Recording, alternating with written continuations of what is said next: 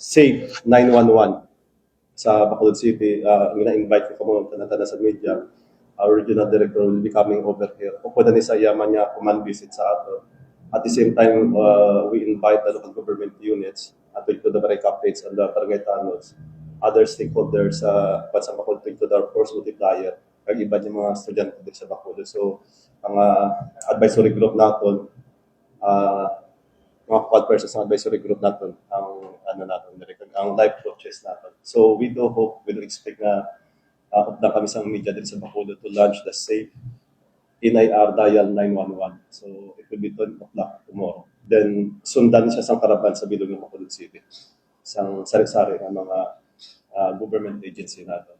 Ano ginagawa niyo po sa safe Ang purpose natin ni Ma'am sa Safe 911 is to educate the public na hindi na sila kinanglanon pa manawag o mangita sa numero sa police station, sa kilala niyong police para marespondihan kamo dayon. So kung magdaya na ato niya mga pumuluyo, may nakita sa mga kahina-inala dira accident man kinala sa police response, siya hindi pwede police response.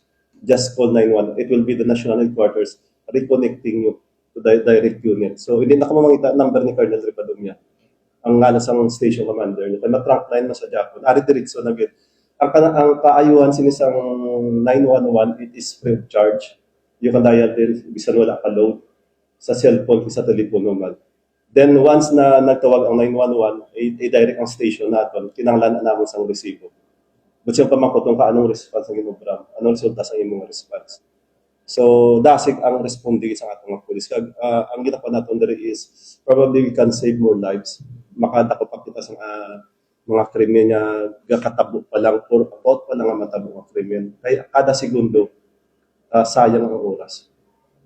Nasayang mga itakat number ni Colonel Ribadom niya kakilala ko pa city director na siya sa PD or sa RD natin o pa PNP. Subong is dial 911. But this coming days, the local government will be launching the localized 911. Putsiringon, Bacolod City na